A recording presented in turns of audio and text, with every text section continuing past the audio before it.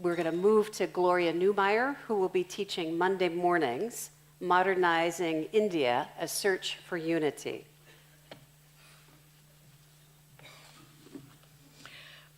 When I first thought of doing this class about India, I envisioned a sort of parallel to last year's China class. That was fun.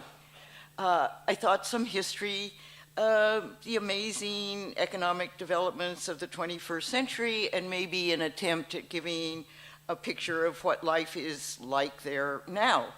Now, of course, by doing this, I was falling into that intellectual trap that many Western thinkers have about Asia, the concept that these great civilizations are more or less comparable, that China, Indonesia, maybe Korea, Japan, can be explained in similar ways.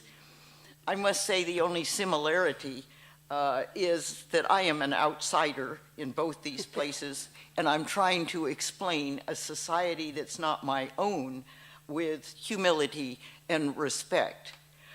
These two ancient civilizations, of course, India, China, are completely separate in their original founding, religion, ethnicity, early experiences with Europe and trade. After World War II, their leaders took them down two completely different paths. One result among many is that where China's communist years somewhat pushed tradition into the background, in India, these traditions of religion, ethnicity, ethnic nationalism, if you will, are part of contemporary politics and daily life for even the young citizens.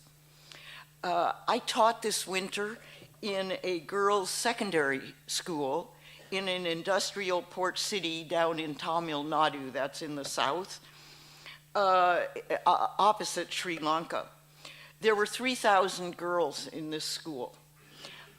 It was a glimpse of the handicaps and the presumed submissiveness of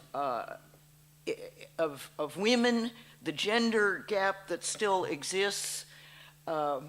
Men kept asking me, what on earth was an 80-year-old single woman wandering around alone in India?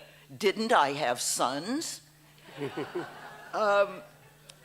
Despite the textbook statements about tolerance and reverence for Gandhi, printed inside each textbook is a box that says, untouchability is a crime.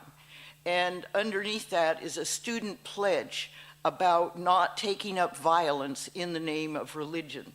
Oh my, time's up. I just want to say, despite all of that, in the 5 weeks I was there, a Dalit leader was killed in this city. A Dalit woman was stripped naked and paraded downtown because her son had run off with an upper class woman, an upper class girl.